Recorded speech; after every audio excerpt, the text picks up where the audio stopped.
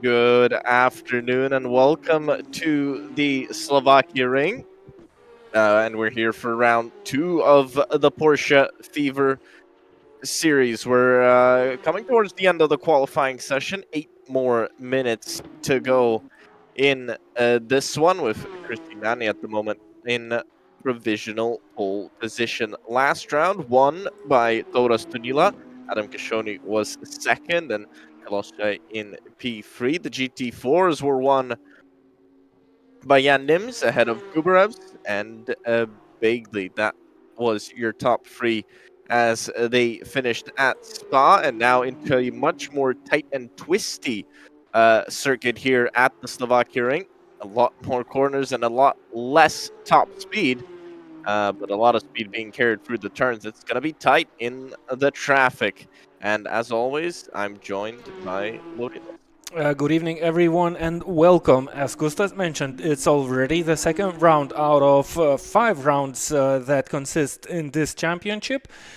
And the drivers don't have a drop round, meaning that they want to perform on every racetrack they attend. And this time we are at the Slovakia ring track, which has a very interesting feature to it. If you read about the racetrack, there is one driver from New Zealand who suggested that the rear engine Porsches struggled with this track's long radius corners because there's much less front aerodynamics than on the other cars, and the engine is in the back. So all of the cars this afternoon should struggle slightly with these fast corners. The GT4 cars have a fixed setup for the drivers, so they don't have to worry too much about the way they tune the cars. And the Cup class drivers, they can tune up the cars to their likings.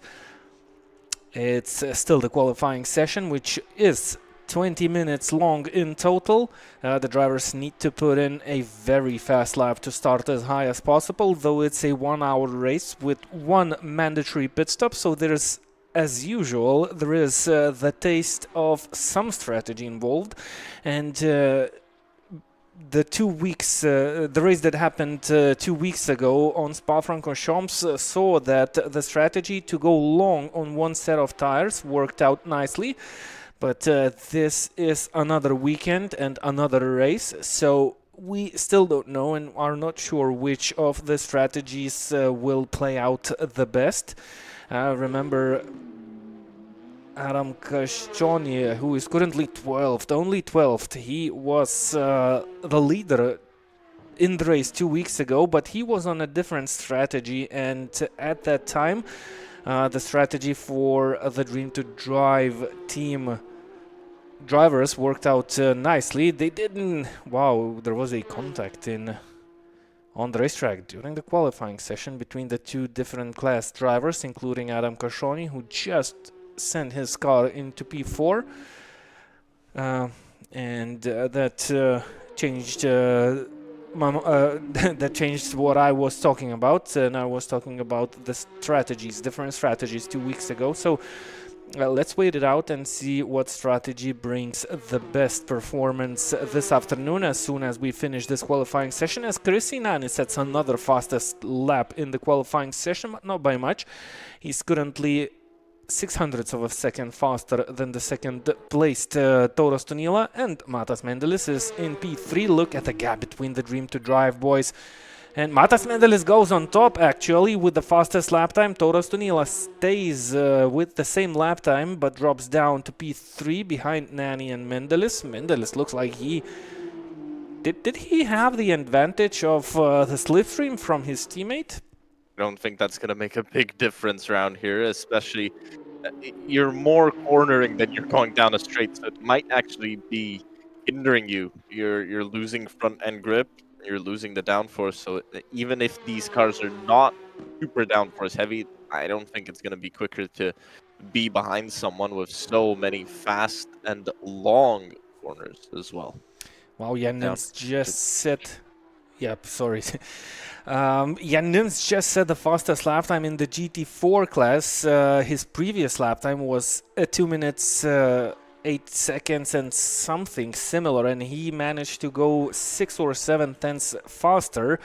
Edvin Žadeikis just crossed the line. He managed to come a little bit closer to Jan Nimtz's time, but it's still roughly half a second. Before, he was only 2 tenths down, the German rival. But it looks like this time we have a slightly tighter competition in the GT4 class with the appearance of Edvin Žadeikis, who, by the way, joined this championship. And he connected to this racetrack just roughly 30 minutes before the race start, and he never had experience on this track, so he had and has to learn the track while competing in this event. So it's going to be interesting to see if staying on the track and driving in the race will help him with some performance. So let's leave out to the drivers to figure this out during the race. We still have a couple of minutes of qualifying session, so whoever goes back to the pit lane now, they will have the chance to start their final qualifying session attempt, which is currently led by Matas Mendelis in the Cup class and by Jan Nimtz in the GT4 class. Let's not forget we have 5 categories here in this event, or where they... Or was it slightly shallowed down? We have 2 Cup classes.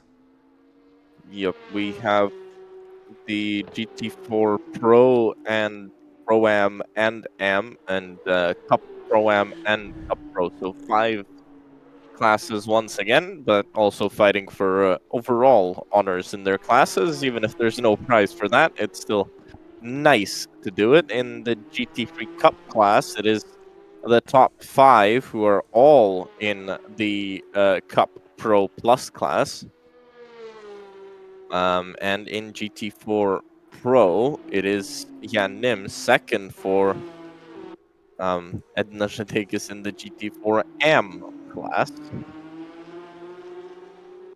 I'm sure he'll be reconsidered after this event. Probably. It really fits the GT4M class and the spirit of competition there. Yeah, of course, but the way the class positions are being handed out on the WorldSimSeries platform currently are regarding the driver's class safety rating on the WorldSimSeries platform, and for the drivers like Edvin Žadeikis, it's basically don't do a lot of racing, just in some special events from time to time, and that's why they don't grow up their licenses, even though they are much faster than the licenses they currently own. But if Edvin Žadeikis will decide to stay in this championship, I'm pretty sure he will climb up the ladder of the GT4 class rankings if he successfully finishes this one off. Yep, has to be. Well, I think for him, he's going to be really in a difficult position. Even though Gubarev's is quite close, gap-wise, but I think in the race we're going to see Žadeikis in kind of a no man's land where he's not really going to catch up to Jan Nims, or well, at least it looks like it that way for now, and he might not have too much pressure from behind. A purple sector 1 for Bernini, which is, well, he's 8 tenths down from pole, so this would be quite the improvement. And a purple mini sector in sector 2 as well as we ride on board. More left and right. This track all looks the same to me, so it's difficult to understand where the car is on track. Green in sector 2, we can't see a reference to the lead time, but if it is purple in sector 1, not too bad. A little bit wide, it looked like, maybe not, as he goes back onto the power and through the final turn, which is flat out. We'll see where can Bernini slot in, and no improvement of position, big improvement of lap time, 58.856, and can't overtake Kashoni, who just improved as well. green for Dunila in Sector 1. As Nani's back down into the pit lane.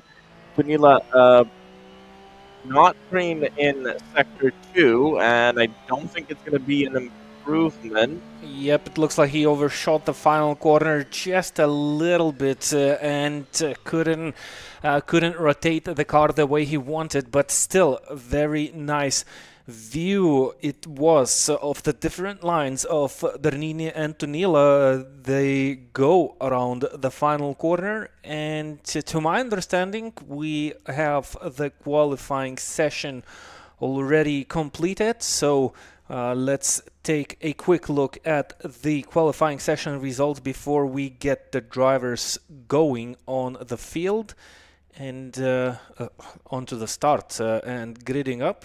And I think we should try and go through the classes through the results regarding the classes. Yep. So this is again, this is a difficult part that we have to look at, but here we go. So Matas Mendeles takes pole position in Cup Pro Plus ahead of Christinani and Toras Tunila. Adam Kashoni in fourth, fifth for Bernini, but Bernini in the Cup Pro Am category. Then comes Frutos and Vielgo, who's in the Cup Pro Am. Kwiatkowski in P8 overall, third in the Pro Am class. Heading down to the GT4, GT4 Pro Plus. Pole position for Jan Nimsen overall in the GT4s as well. GT4 Am is Edna Zhadekis in first and second place overall. Gubrevs in P3 overall, second in the GT4 Am class. And the Pro Am class, that's Begley in P1. And looking further down the field, Lunis in P2 in that GT4 Pro Am class.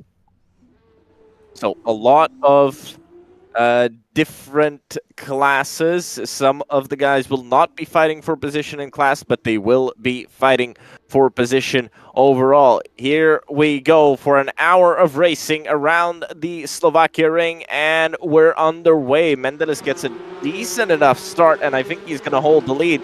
It's more going to be Nani under pressure, Bernini battling with Tunila, and I think Bernini might even have the position there. Nope, not really, but he might just go around the outside and take it from Kashoni. And just about does. A little bit of wheel banging as they go up over the hill for the first time in this race. To the outside is Bernini, to the inside is Tunila, and now to the inside is Kashoni as well. So Tunila giving a big draft to Kashoni. Kashoni doesn't know where to go. He's going to go down the middle, probably one of the more dangerous spots to be in, as both Bernini and Kashoni go off wide. This is going to give time and precious time to Tunila. Oh, a little bit of crashing behind. That's Edna Zhadekis in trouble.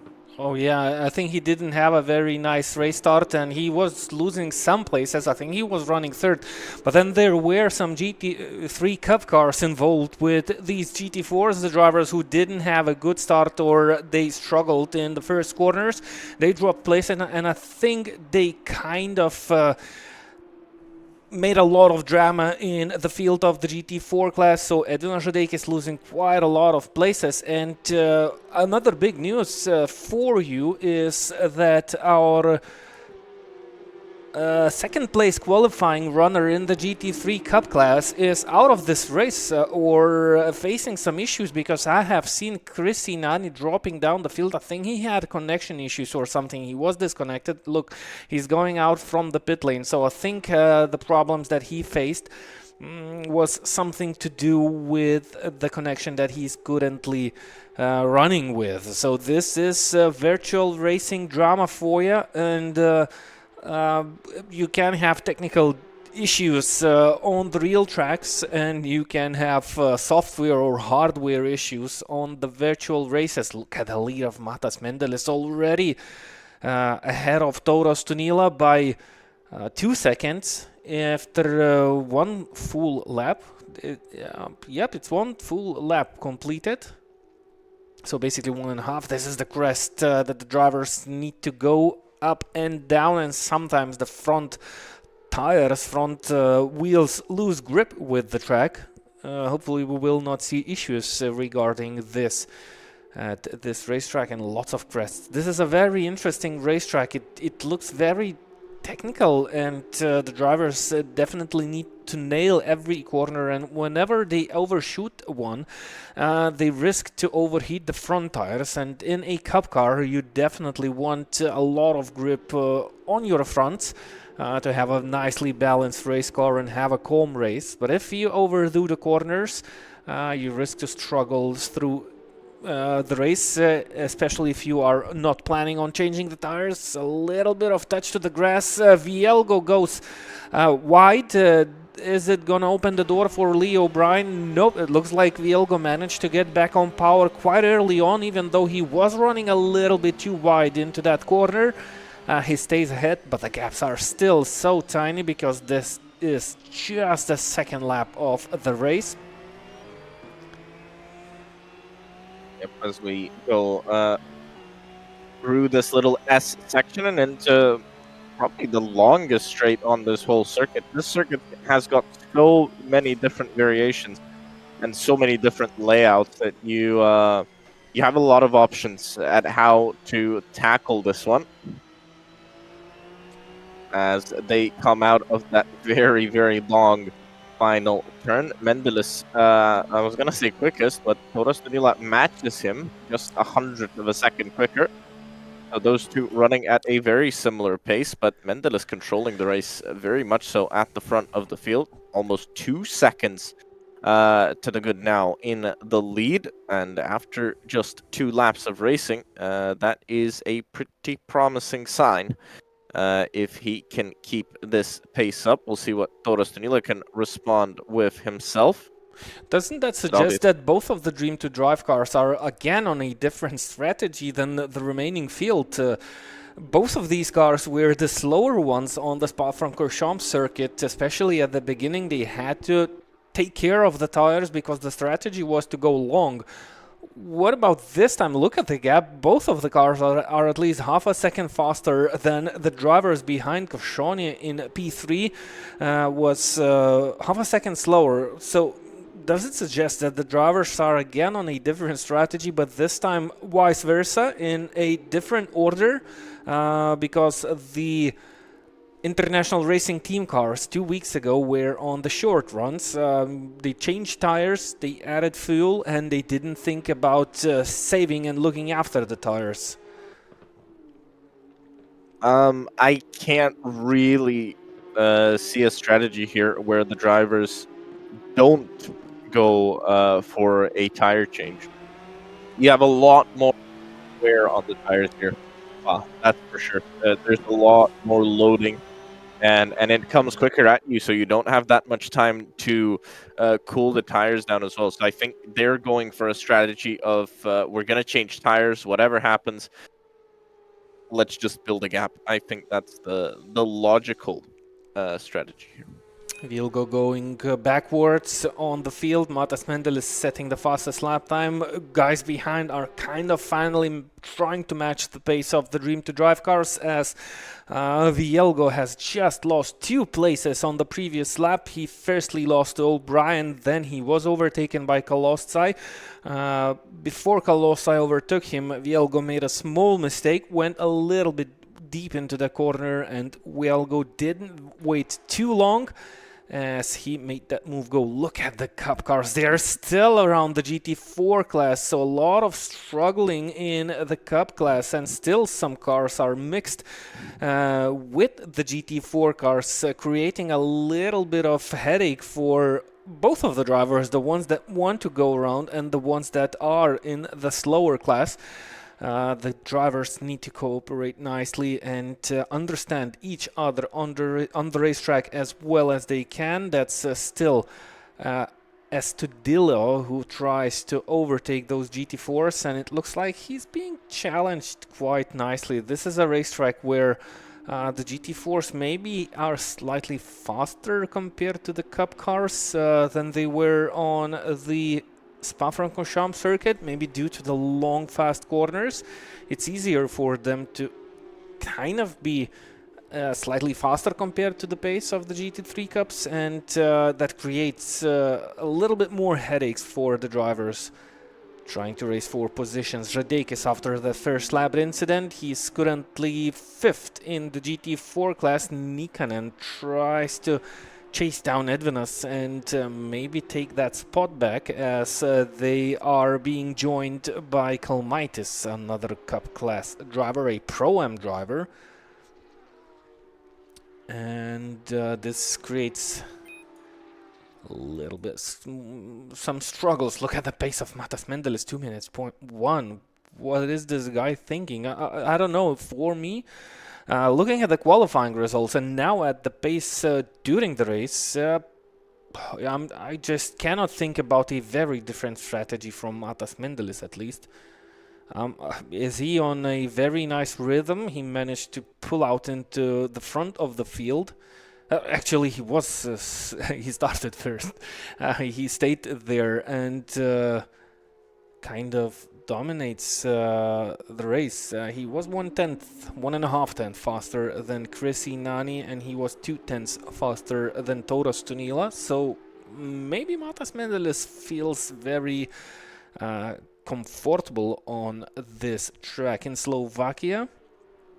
A technical track, especially in a GT3 Cup car where you have the engine in the back, a lot of understeer for the front wheels, so you have to kind of find the right balance between tire longevity and good handling performance while tuning up the car for this race. The Cup drivers have an open setup, so they can tune the cars to their likings, but I'm pretty sure not everyone on this field like to do that. It's virtual racing. You usually don't have a team who help you tune up the cars, and there are drivers who love tuning the cars to the way they like to drive it, but I'm pretty sure there are drivers who actually would prefer a setup prepared for them. So it's a plus and a minus to have an open setup race for every competitor, but at least everyone has same conditions, equal conditions, and well, you have that for yourself. 1 minute 59.9, Toros Tunila 2 minutes 0.1, Kashani finding some more pace, still not enough.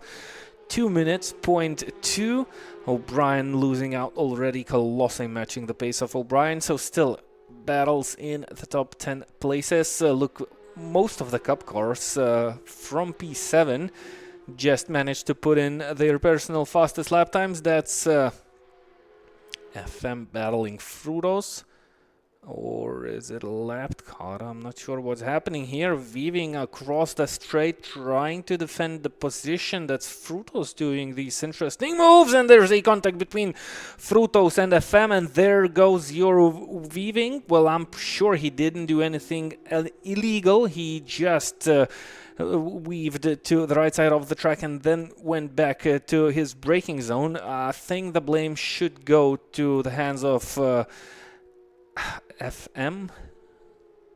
How you AFM? So AM, FM, yeah, radio, oh, CD, DVD, and that is your first penalty for track limits, actually.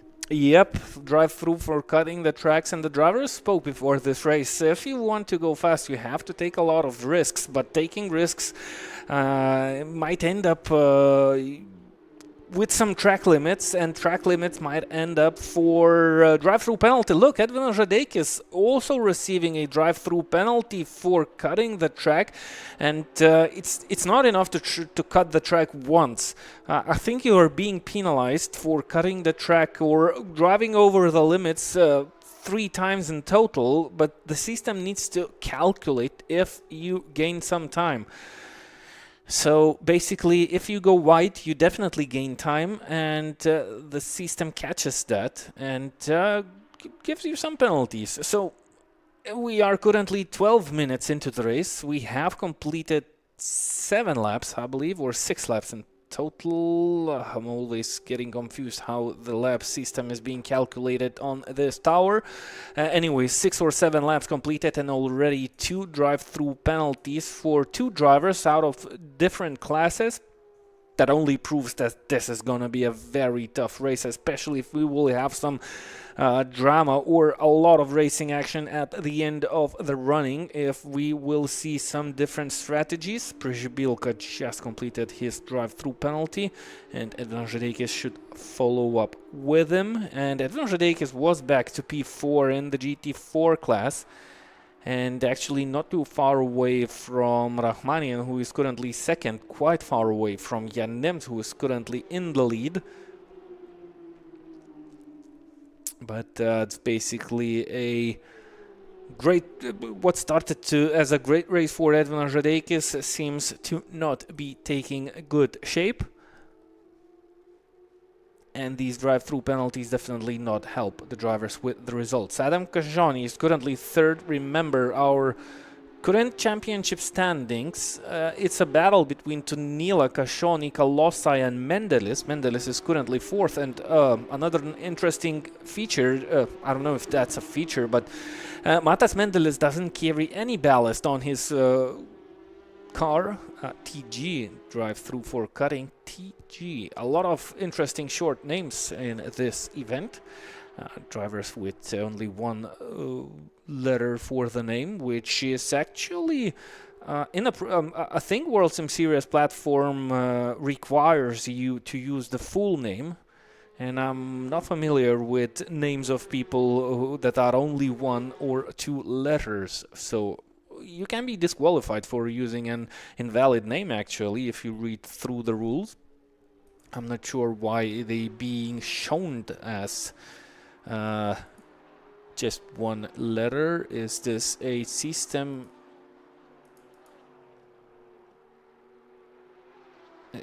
Is that a system thing, or is it a driver's name? Trying to figure out. I think it might be the name they set on WorldSimSeries. Yeah, but that should be the case, but I cannot find it. Yep. Oh yeah, okay. I'm looking at the yep, that's TG, so it's only the Tiago G. So the driver is using his first name, and the last name maybe it is. I don't know. I'm just speaking what I know. Maybe it's the name of the driver, and he's from India. So welcome aboard. And if you have a longer name, I think there's gonna be necessary to change it.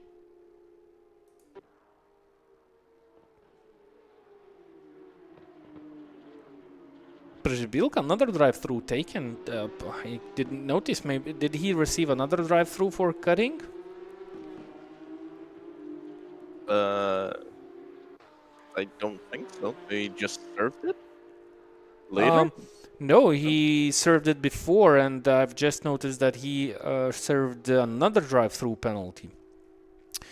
And back to the lead. Look at the lap time of Matas Mendelis, 2 minutes 1.0, comparing to 2 minutes 0.3 of Tauras Tunila, and it looks like Matas Mendelis either made a mistake or lost a little bit of pace. Again, Tauras Tunila faster than his teammate by 4/10, and the gap is decreasing. Coming down a little bit, maybe just could also be a decision by Mendelis to maybe conserve the tires a little bit more if he can see that he can have this pace. Maybe he doesn't need to use it just yet until he's more under pressure. So maybe just being a little bit more calm on the tires for now. He can allow Tauras Tunila to get a little bit closer. And this is Grezis spun around. And back out on to the track. Still ahead of the GT4s. There is a cup car mixed into the GT4s still, a couple of them. Pshbilka with those penalties. Kamandulis with, I'm gonna guess, penalties as well. Yep, and Nani, who was disconnected, I believe, at the beginning of the race, he needs to find his way through the GT4 field, and Nani is one of the faster GT3 Cup drivers, so I'm pretty sure he will be climbing up the ladder at least slightly, but it's 1 hour race with one mandatory pit stop. I'm pretty interesting to see how many places will Nani regain after that issue that he faced. Here we go. It's gonna be very, very difficult for him. I'm gonna guess it will take time, and he won't really get up to the same place where he was before. Yep, this is how the difference in pace looks between a GT4 car and a GT3 Cup car. It doesn't look too easy with that overtake. And the drivers need to cooperate pretty carefully with each other, try to understand that they need to share the track, and that the drivers in the faster cars, they will want to take the place a little bit faster. So the GT4 cars, even though they find themselves in a battle, they need to think about the finish line of this race to try and avoid those unnecessary contacts. And it's not going to be the easiest task this afternoon. Look at Kamandulis. He struggles around the racetrack, even though he's roughly 3 seconds faster than Gubarev's on the previous lap time. It's still pretty difficult for the Cup cars to make the moves. Look, did he lift here? I think he lifted...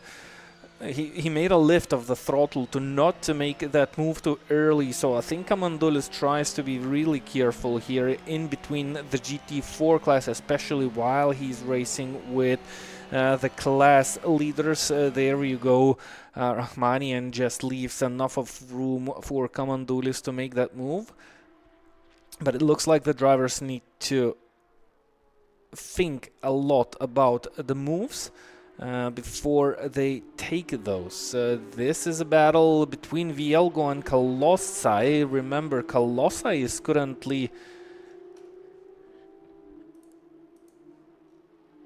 I think third in the championship standings. Yep, he's third in the Cup Pro Plus class. Remember the final, the previous race, the final lap, the final corner. Colossi managed to overtake Matas Mendelis for P3, as Matas Mendelis was on very old tires, struggling a lot to find grip, and that was more than enough for Colossi to overtake the struggling driver. He's currently fifth, his rival is first, and there goes the intense battles of this championship. Of course, it's only the opening laps, the first 20 minutes are over, and we are yet to see the strategies of the drivers, as Gustas thinks that everyone should be on a very similar strategy due to how harsh this track is for the tires of the drivers. It just would be slightly too risky to try and finish this race with one set of tires. So the stakes are that we will see everyone change their tires during their pit stops, but we'll still have to wait some time to figure this out.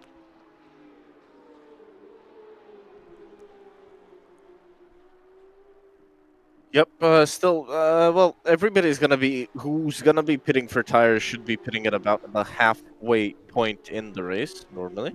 So we should be seeing them come in shortly. Looks like everybody just dropping a bit of pace in the Cup cars, so I guess everybody was pushing hard. And now those gaps, that time is slowing down as the tires wear out. And we'll see. Oh, did we lose someone? No, sometimes the camera is just being juggled between the drivers. Everyone's still on the racetrack, at least what we see here on the streets. That's Nikkanen trying to get away from Bagley and Jadekis after the drive-through penalty. He's currently 9 seconds behind Nikkanen, but I'm pretty sure Edvin Jadekis will try to chase down his rivals to finish up this slightly higher than he's currently at.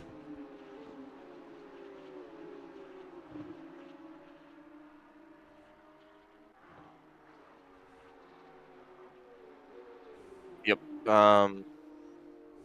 Mendelis, well, I would say we expect him in 7 minutes' time.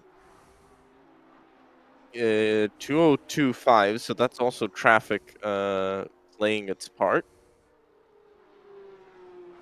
As Mendelis is coming up to Jadekis, I believe, out on track. Yep, he's pretty close to this group of GT4s. He's actually very much under pressure from Doras Nila behind. I guess traffic changing it up for the lead. Yep, look at the lap time. Matas Mendelis 2 minutes 2.5, and this might have something to do with the traffic. And again, I think Matas Mendelis a little bit unsuccessful with the car. He had to take a compromise line, and Toras Tonila is already all over the back of his teammate. Kajoni is only 3 seconds behind, so if the two teammates will start battling each other a little bit too soon, Kajoni might have some present box opening up for him in a couple of corners. Look how much tighter Toras Tonila tries to enter the corner, but actually he out-tightened himself. That was too tight. He was on touching the apex a little bit too early and went a little bit too wide. Maybe he was kind of distracted by the different line that Matas Mendelis took, but I think these are naturally the different lines of both of the drivers. It's a very long final corner, and I'm pretty sure there are a couple of different race lines. And look again, Toras Tonila much tighter on the entry. Gaining a lot on entry. The car looks a bit more pointy. Yep. But Mendelis has the advantage once they get back on power, and once the car once you need to put the power down, that loose rear is not playing into Toras Tonila into Tonila's favor. Oh, look again! That's too super early, super early. Yeah, he's double apexing. Yep, he's double apexing. Rotated, but looks like it's working well. I mean, the car is working well for him. He wants that car to turn well and turn early. Oh, but this is where he might struggle because with a pointy nose that he has here, sometimes you might get a little bit of over-rotation as he enters the corner. So he's hoping for that new set of tires to come in quite soon. Yep, so with this driving style, he's definitely winning against Matas Mendelis on the braking zones. Taking the tighter entry allows the driver to brake slightly later and gain a little bit of track on the braking zone, but he loses a little bit on the exit and over tightens the corner. That's why he gets his rear wheels lose the traction a little bit more than the rear wheels of Matas Mendelis car. And look at this section, how much Toras Tonila lost out to Matas. Of course, it was something to do with the traffic at one of the corners with the GT4 car, and Toras Tonila dives straight into the pit lane. I love what I see on the racetrack, these different strategies. Remember, there were a lot of times for me and Gustas where we're trying to figure out why some drivers don't change the strategy during the mid-race if they find themselves stuck. And this time it looks like it's a different case. Toras Tonila went... Have a look at Tonila, what he's doing in terms of the pit stop. He's definitely standing still. Now, the only issue I see with what he just did is they've overtaken all of those GT4s. He's now back out in traffic. And not only in the GT4 traffic. He's also surrounded by GT3 Cup cars, and that's Filoda trying to overtake Toras Tonila. He stayed on the racetrack. This is a battle for P9.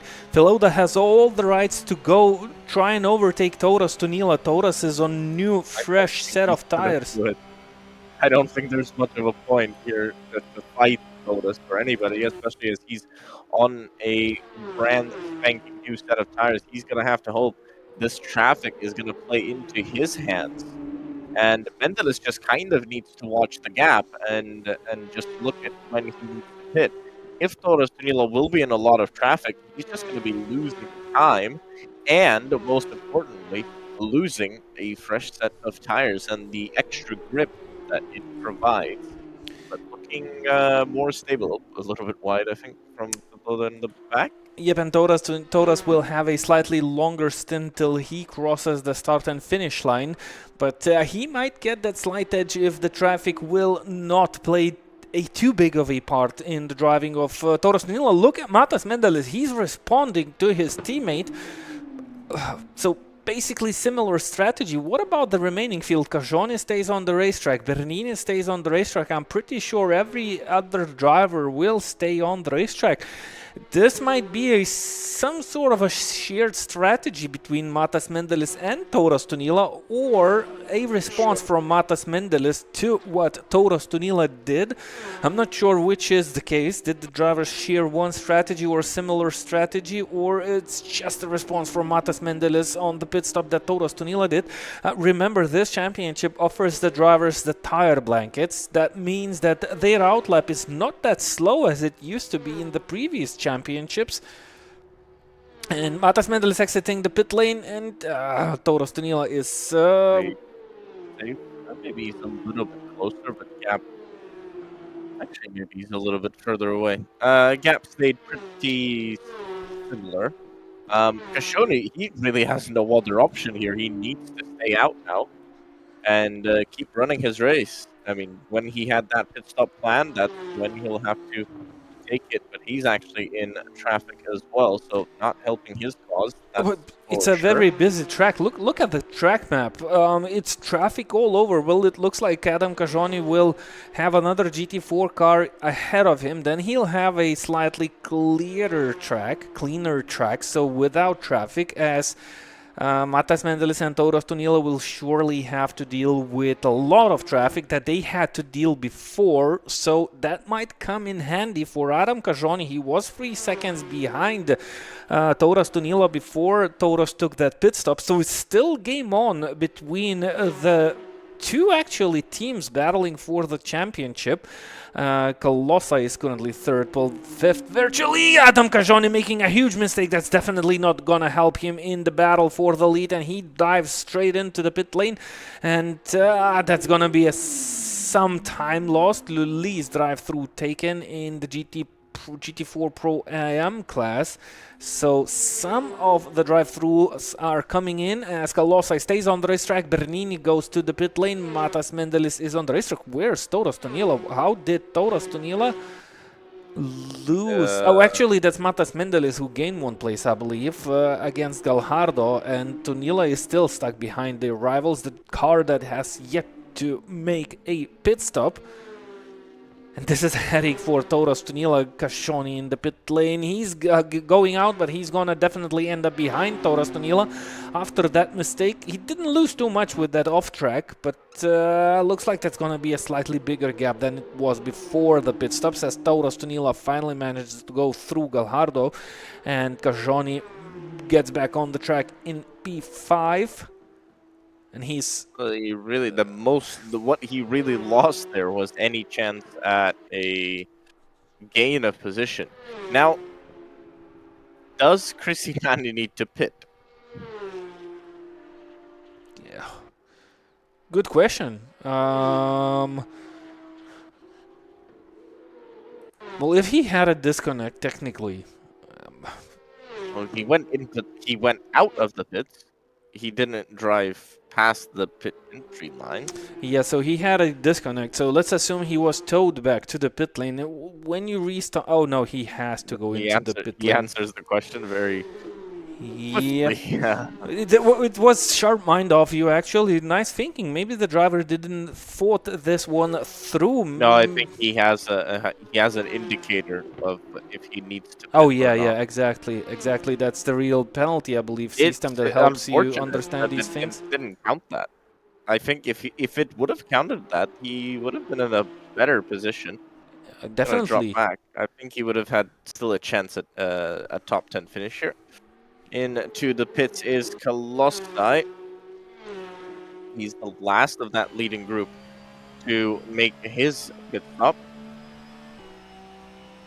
But and it he's looks like gonna. we will not have those different strategies this time by. As you mentioned, this track eats a lot of rubber out from the tires, so the drivers basically have only one choice with slight variations on what lap they need to stop. Colossi is already exiting the pit lane. He's going to be definitely closer. Will he end up? He definitely will end up ahead of Cajoni. Look at how much He more ends up track. ahead of Tunila, crucially. Crucially for Mendelis. Notice Tunila will not like this. So Colossi, I think he didn't take tires. That would be the only way to explain it because he was quite far back. He's now, yeah, about 10 seconds ahead of Bernini. It looks like he's I going can't see this slower. working. It looks like Toros had much more grip through that corner, and again, it looks like only Toros Todila is taking these very sharp lines, double apexing those corners, gaining a lot of time under braking. Showing fabulous car control with rotating the car around the corner and exiting out. And look, this was this a move, actually? Colossi didn't expect that dive, but, well, it only proves that Colossi has to be on old tires. Look at how much he's struggling. If he would be on fresh tires, this championship allows tire blankets, meaning that you go out of the pit lane with warm tires, you don't need to warm them up, and you have the best rubber that you can get. Well, maybe slightly slower underperformance, but usually if you have tire blankets, you can go full power from lap 1. It looks like Colossi doesn't have the pace now. Yeah, I don't think he will. I really, I struggled to see this strategy working. I think he saw what the other guys did at Spa and he wanted to repeat it, but yeah, I find it difficult to Yeah, but believe that it's if gonna you be go working. full distance on one set of tires, don't you want to go to the final minutes of the race before you enter the pit It lane? doesn't really matter, right? Maybe it does, but still, I think you Anyway, want. you're putting in 1 liter of fuel, Yep. so you can stop. Actually, you're probably best off maybe even stopping super early. If you're in a battle or if you cannot overtake someone, just get off the track and do laps alone. So I would say it's an opportunity, an option. We'll see how Miloshnik can hold on to this. He was ahead. He was behind Bernini. So if he stays ahead of Bernini, that's and I mean, I guess it makes sense for him to make this gamble because he didn't really have anybody pressuring him from behind. So whatever happens here, he's gonna be either in the same position or he's gonna gain. So unless he blows the tire up, in that case, he loses a lot. So I guess that's the only risk. But if he's getting close to that, he'll just have to conserve the tires a little bit more. But you can even see from his driving a lot more composed, calm, not trying to overpush the car, but certainly seeing some understeer from it as well. Interesting front glow from that car as well. Front grille has extra lights on it. Is Yep. that Mendel getting held up again in some traffic? Yep. Like, did get a little bit held up, but now Toros Tunila will get held up throughout the long final turn. This is Edna should take his pressuring Nick Cannon in front. Yep, that's Žadeikis, Nikkanen, and LaRue.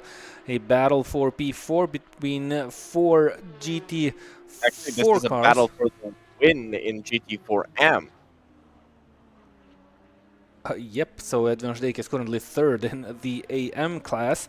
Oh, no, sorry, Guberev is in the lead in the M class. So this is a battle for second in the M class.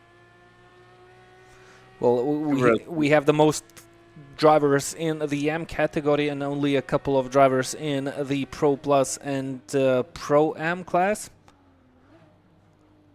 So biggest field of the GT4s are battling in equal conditions with a lot of rivals.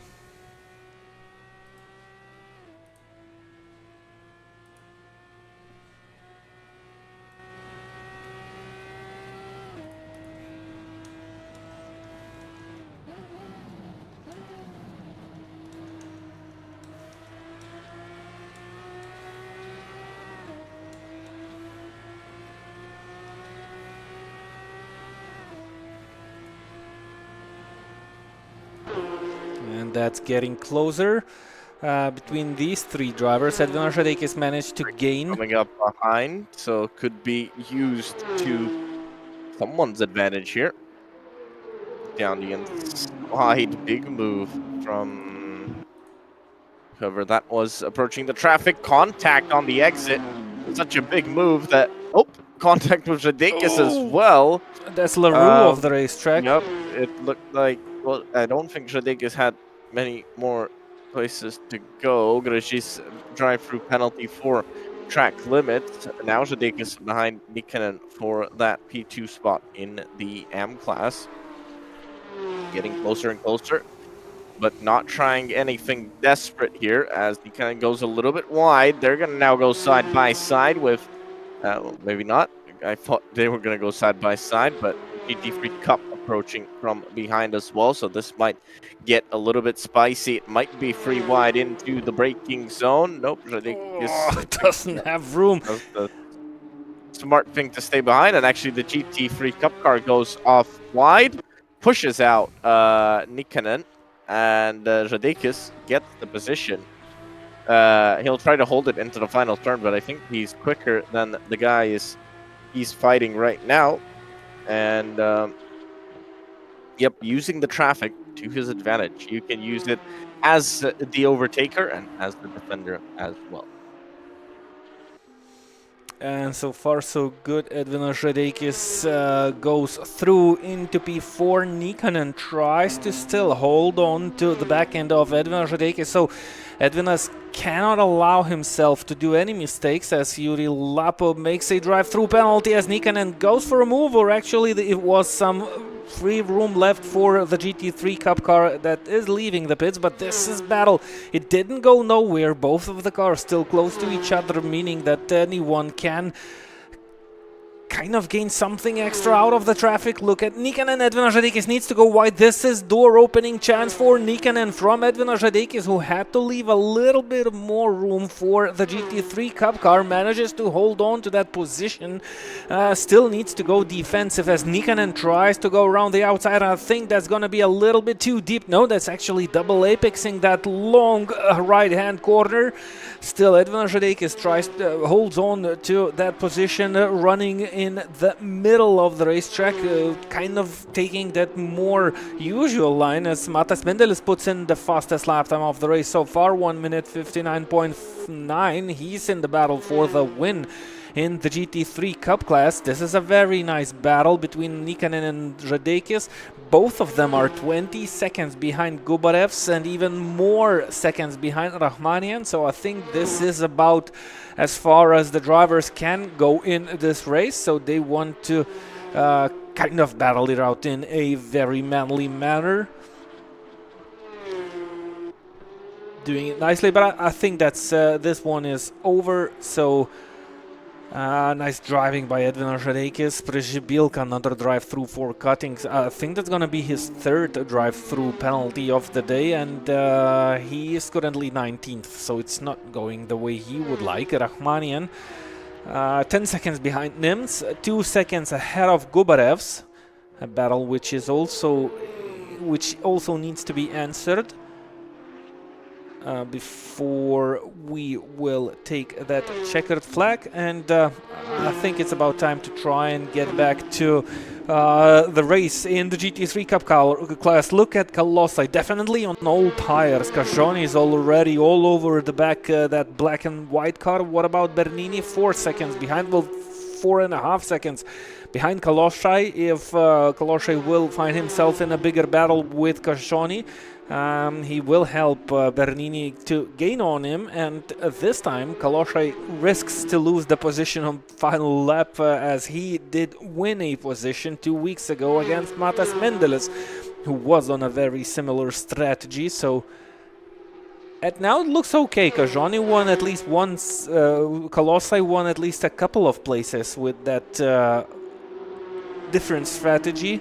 unsynced strategy, but it doesn't look too good for him now. And 17 minutes on the clock with a car which is definitely struggling with grip. It's gonna be a hell of a race for Colossi to finish off, and hopefully he will not blow a tire, as Gustas mentioned. It is a possibility. If you wear out your tires too much, you risk to come on 3 tires to cross that finish line. Close with the GT4 cars as usual. Nice reaction for from all the drivers, and this is, I think, a nice chance building up for Cascioni as we gain more GT4 traffic. Look at the grip difference between the drivers. Cascioni can go late on the brakes. Have contact. Oh, I don't know if he had contact there, but it definitely went off super duper wide. Colossi, well, he's got... I don't think this is really his battle. Oh, Colossi went off wide. I mean, this really isn't his battle. His battle here is with Bernini behind, but with the gap closing in, I think it's gonna go back to status quo, as we've still got 15 minutes to go in this one. And Colossi on those old tires, yeah, I think he's gonna struggle here. And right now he doesn't even really have an option to fit a new set as well. He's gonna lose too much time in the pits, because it's about a 37-second time loss. That's what we've seen from the leaders. So yeah, it might be difficult here, but we'll see what Colossi decides. Nani, fastest lap of the race, so new set of tires and a new chance to push.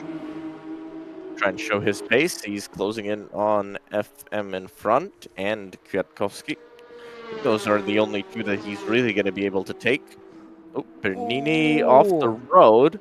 And this is good news for Colossi. Issues. Oh, it was a slowdown. I think it also was a slowdown. He had to slow down. And drive-through penalty for him for cutting. So Bernini gets a drive-through penalty, and this is great news for Colossi, who's now going to... Well, he's pretty safe in that P4. Just doesn't need to crash. That's the important part.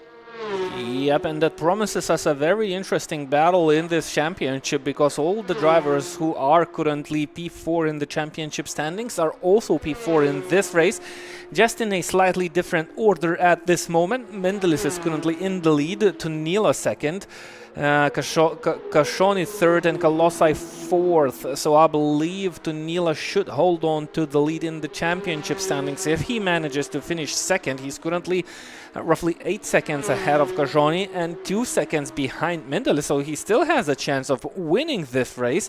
He just needs to hold on and avoid mistakes and issues.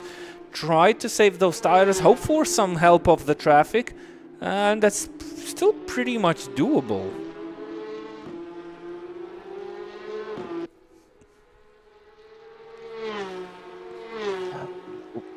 Movement from Tunila again. Looks like that car is very, very twitchy again for him. And as the tires wear out, it doesn't look like it's getting any better. I think unless some big mistake from Mendeles, you might just have this one safe at the front. 2.5 seconds that gap, and Kashoni, well, he dropped back far from the lead. So this is good news for your race leader. Bernini should... well, the gaps are going a little bit crazy at the moment. Yep, he goes in for his drive-through penalty. Careful not to speed. 60 k's an hour down this pit lane. This is Bielgo, who comes out of the final turn right now. That should be tight between Vielgo and Bernini. Yep, drive-through taken, and Bernini is on the exit of the pit lane. He's gonna be behind Vielgo. What about the pace of Bernini? I wonder if he'll have definitely quicker. He's definitely been quicker this whole race. He's gonna have to turn it up here, and an important part as well is he cannot take too much risk. I mean, you can get carried away. You think, oh, well, somebody did something bad well, he made a mistake, but he might get angry at himself and say, okay, now I try to push hard. And sometimes when you say you want to push hard, you over push. And that's something I think Bernini wants to avoid here. So if he can get up close to Vielgo, get that position, that will be good. Some lap GT3 Cup traffic that they have to get by.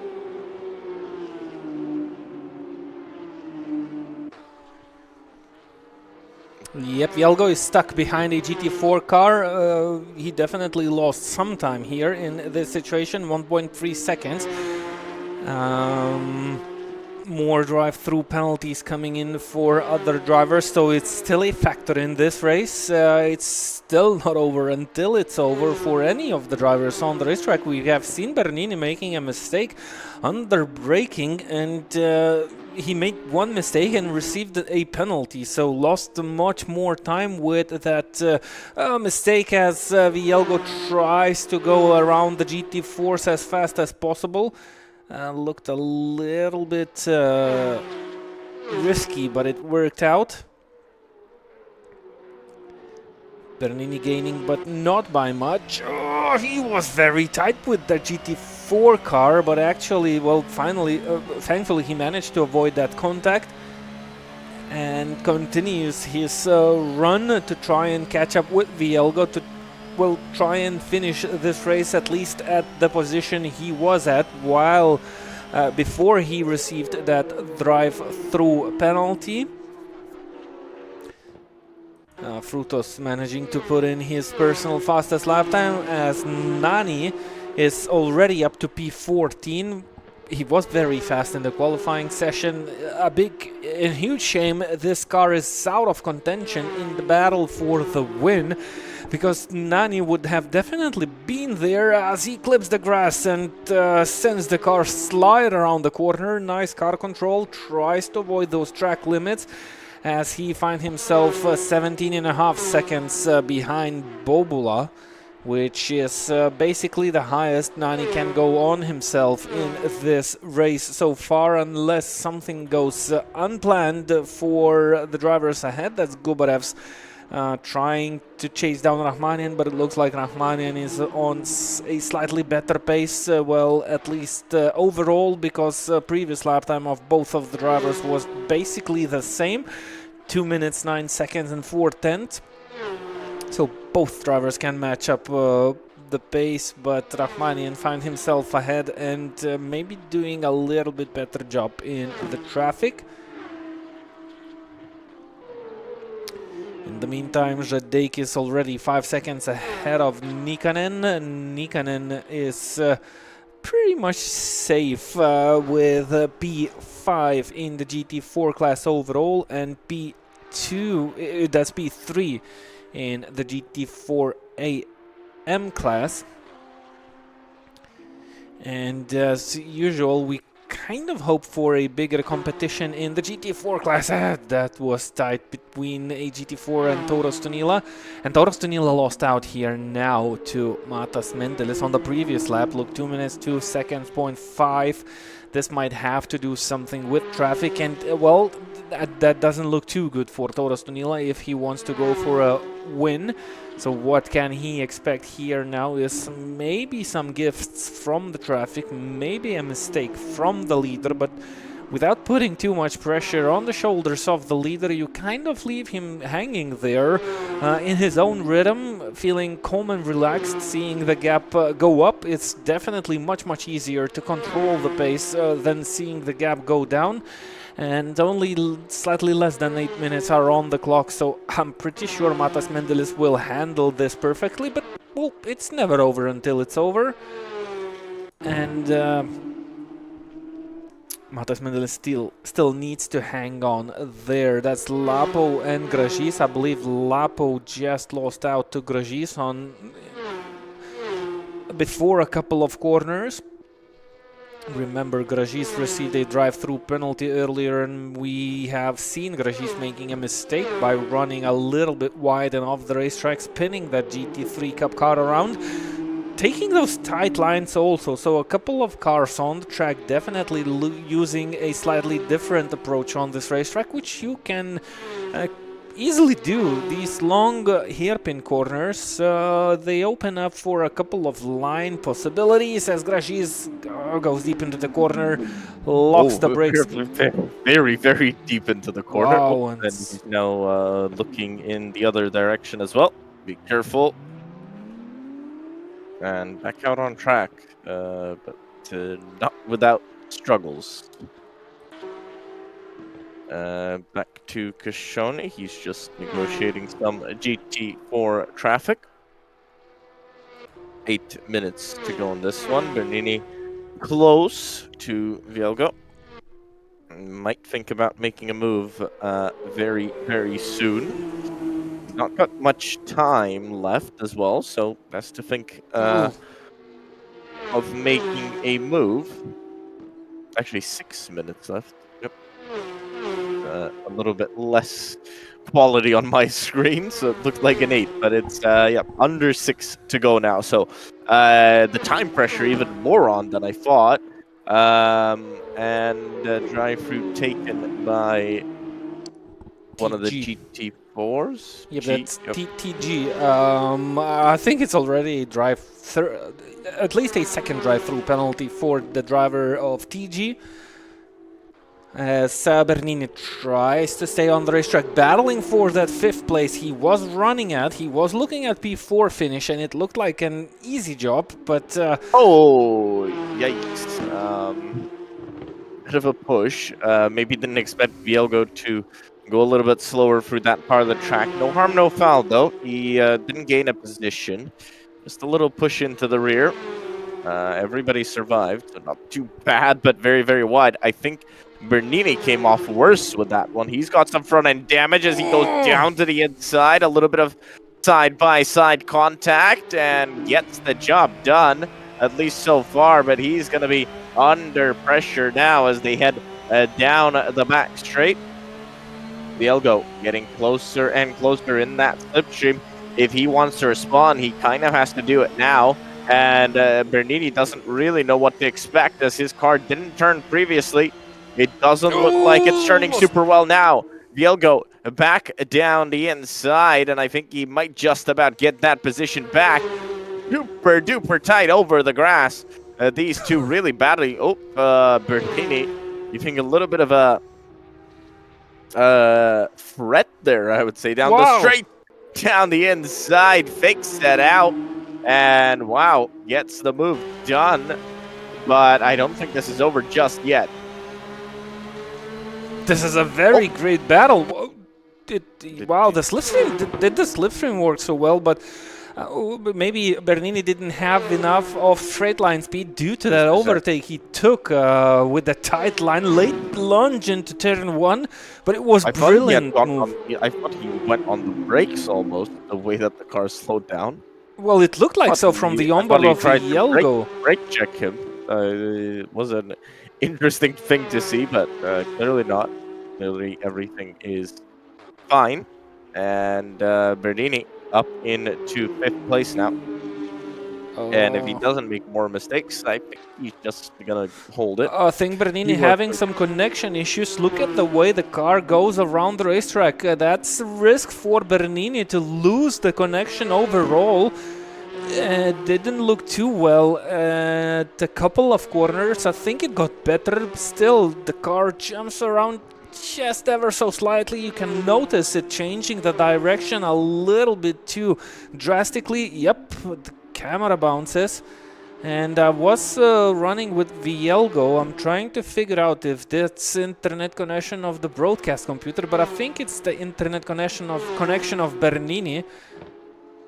So it's still not over 2.5 minutes on the clock, and the driver with a pure internet connection, they might lose the position. They might, if they face a very harsh and bad connection, they might face a penalty from the server by being kicked out. But it looks like it's normalized for Bernini. Yeah, it looks like it's gone back to sort of normal. Now, Mendelis is about halfway around the track, so next time he crosses the line, it is going to be the final lap of this race. Toros Danila in P2. It looked like at one point he may have a chance, but yeah, second stint, it has been impressive from Mendelis. And the whole race, he's controlled it. He's, well, he didn't lead every single lap because he went into the pits early, but pretty much he led every single lap. Pole position, really a wonderful drive, and he'll have just one more lap to go. And considering he's 4.5 seconds, 4.3 seconds in front of Toros Danila, he doesn't need to take any risks here. No risks in traffic, no risks in track limits.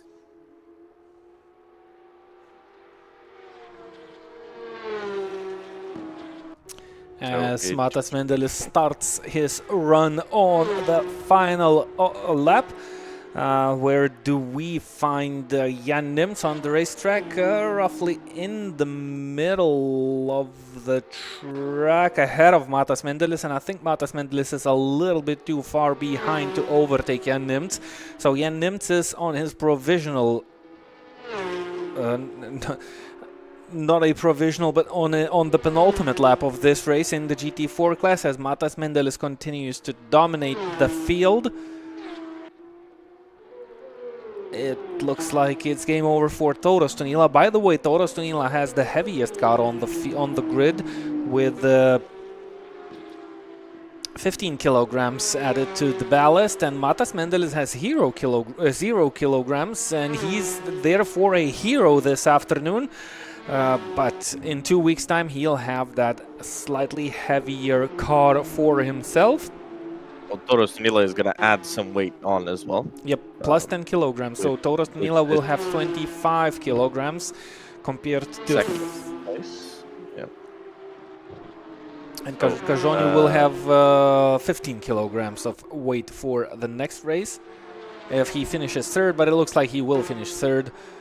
Oh, that's tight for Toros Danila on the final lap. He's still going fast, hasn't backed out of it. For Toros, it's more about, I think, staying within margin to Mendelis, within maybe a 5-second margin. I think that's important for him, just in case Mendelis gets a penalty for something. We didn't see him do anything crazy, but, you know, maybe we missed some contact with a GT4 or something. So, yeah, if you stay within 5 seconds, you kind of know that you should gain if anything changes. As Matas Mendelis round the final turn. Wow. And perfect race from him. Pole position, race win. Toros Danila finishes in second. Nope. Now we've gone crazy, right? Yep, so Adam Cajoni will be in P3 in this race. Colossi should be fourth.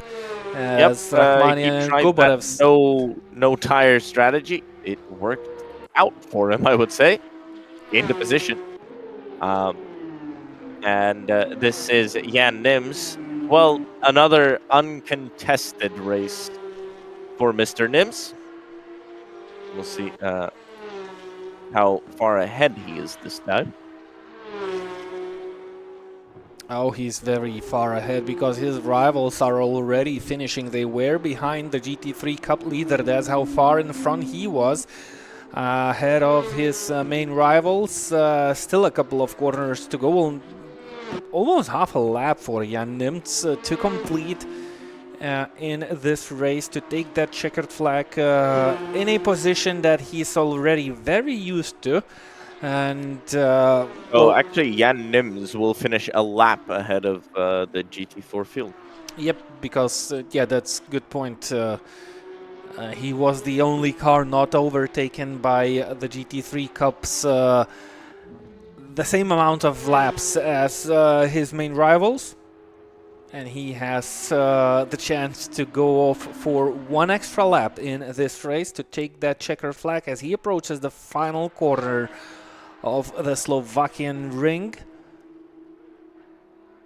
taking that double apex corner, a very long right-hander, clipping both of the inside curbs to take that apex, and beautiful driving as usual by the driver from Germany, who continues his domination of the field.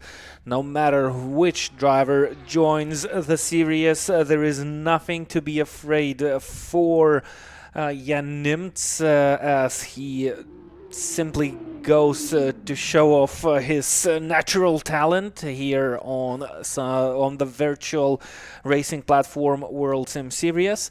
This is the original Assetto Corsa title, Porsche Fever Championship. 2 classes, 5 categories separated in those 2 classes.